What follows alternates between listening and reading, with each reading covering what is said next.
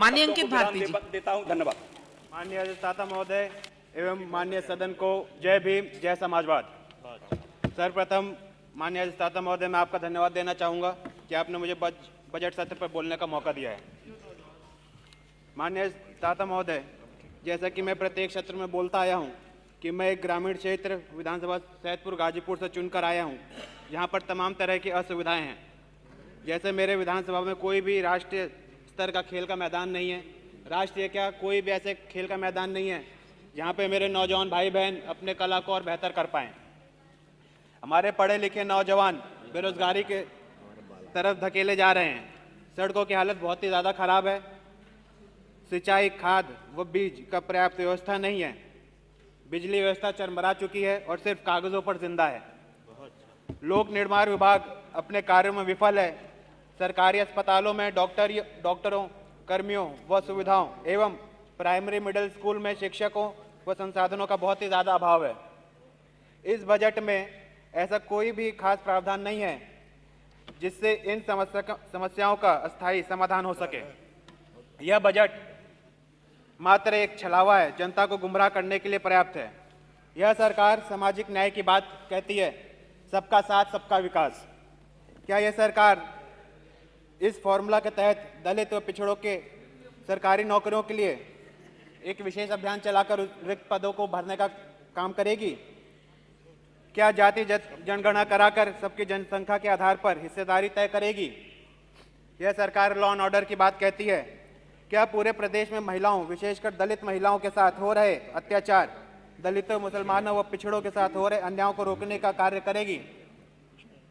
क्या यह सरकार पिछड़े दलित महापुरुषों डॉक्टर अब्दुल कलाम के विचारों को प्रचार प्रसार करने का कोई ठोस कदम उठाएगी, जिससे कि इन महापुरुषों के विचार हमारे जनता तक अधिक से अधिक पहुंचे और उनको उसका लाभ मिल सके?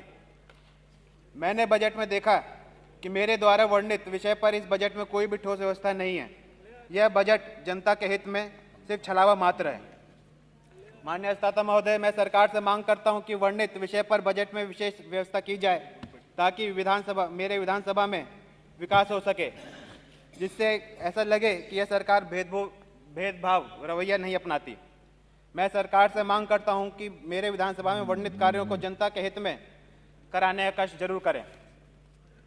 ब्लॉक देवकली में ग्राम सभा जैनपुर और ग्राम सभा रादरपुर के बीच इकौदी नदी पर नए छलके का निर्माण कराया जाना बहुत ही आवश्यक है। ब्लॉक सैदपुर के ग्राम सभा नेवादा घुमरी नदी पर पीपा पुल निर्माण कार्य कराया जाना बहुत आवश्यक है। ब्लॉक सदात के मिर्जापुर ग्राम सभा लच्छीरामपुर के पास उडंती नदी पर पुल का निर्माण कार्य अति आवश्यक है। पतरई मौदा पिच रोड राजाराम स्मृति महाविद्यालय से चांदपुर अनुसूचित जाति बस्ती मढ़ी जैनपुर सरहद तक पिच रोड का कार्य अति आवश्यक है। सैदपुर रावल मोड़ से चोचकपुर तक सड़क के चौड़ीकरण का कार्य, ब्लॉक देवकली में पहाड़पुर से रामपुर माझा तक सड़क चौड़ीकरण का कार्य अति आवश्यक है।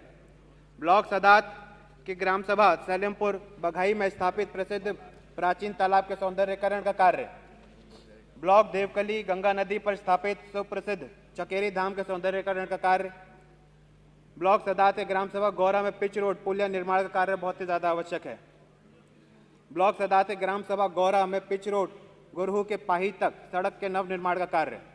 माननीय अधिष्ठाता महोदय, यह सभी कार्य जनता के हित में कराए जाना अति आवश्यक है और मैं चाहूँगा कि सरकार इसको बजट में जोड़ने का कार्य जरूर करे।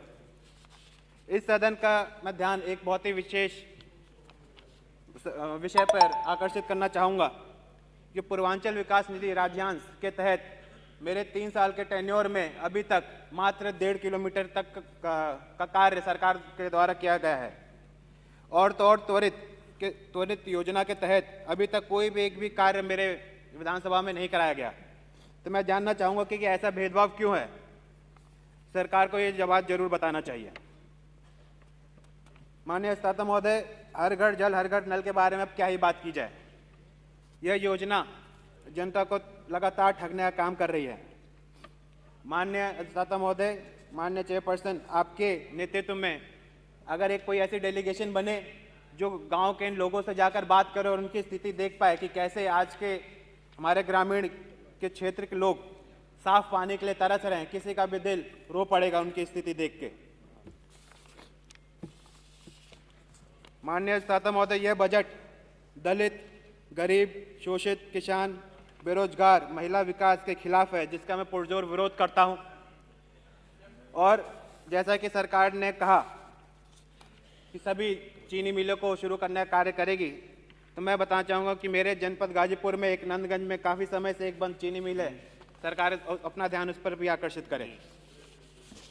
माननीय अधिष्ठाता महोदय, मैं आपको बहुत बहुत धन्यवाद करना चाहूँगा कि आपने मुझे बजट पर बोलने का मौका दिया। बहुत बहुत धन्यवाद। Thank you. जय भीम, जय समाजवाद।